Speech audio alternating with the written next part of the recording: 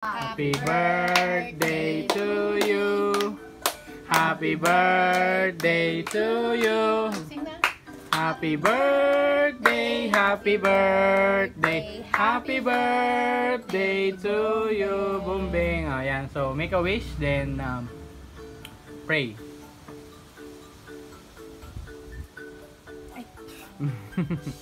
Sige. Okay, thank you. Happy birthday and God bless you and more birthdays to come. Okay? So, yun lang. Thank you. So, it was Ella's birthday, 13th birthday.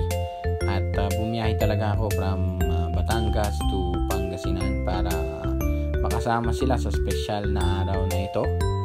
At yun, hindi na namin hinayaang palampasin pang pagkakataon para makaligo dito sa Bunuan Binloc Beach, which is malapit lang sa bahay.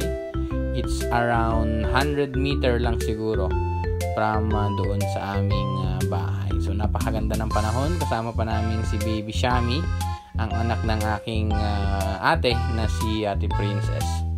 Ayan. So napakakalmado ng dagat, napakaganda, walang alon. At hindi namin namalayan na sa paglipas ng mga ilang minuto ay pahapon na rin pala. So ayan, nag-decide kami na umahon na at syempre kasama namin ang aming aso na walang iba kundi si Snow. Napaka-sweet at napaka-malambing na aso yan.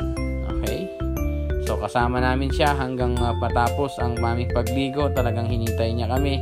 At syempre ang aking kapatid na si Bernardo Jr. Ayan, at ang aking pamangkin na walang iba si Aisha ay kasama rin namin. So, uwi na kami, lakad-lakad na at ayan, napaka kulit ng asong kasama namin na si Snow.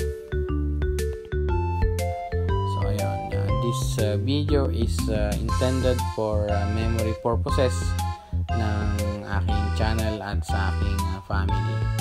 So thank you so much sa inyo at balang araw mapapanood din ng mga anak ko to at they will understand why I filmed this experience para mas maalala pa nila kung ano yung mga nangyari during the childhood nila. Napakaswerte nga ngayon kasi meron ng social media at pwede mo nang i-upload ito sa iba't ibang platform dito sa social media.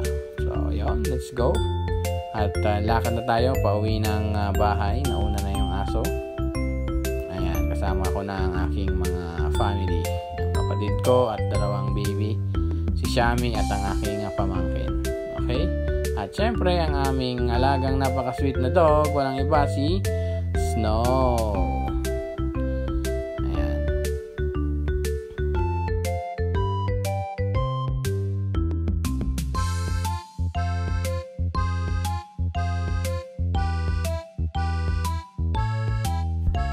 So yun, nandito na nga kami at malapit na rin sa aming bahay. And then, thank you so much for your support.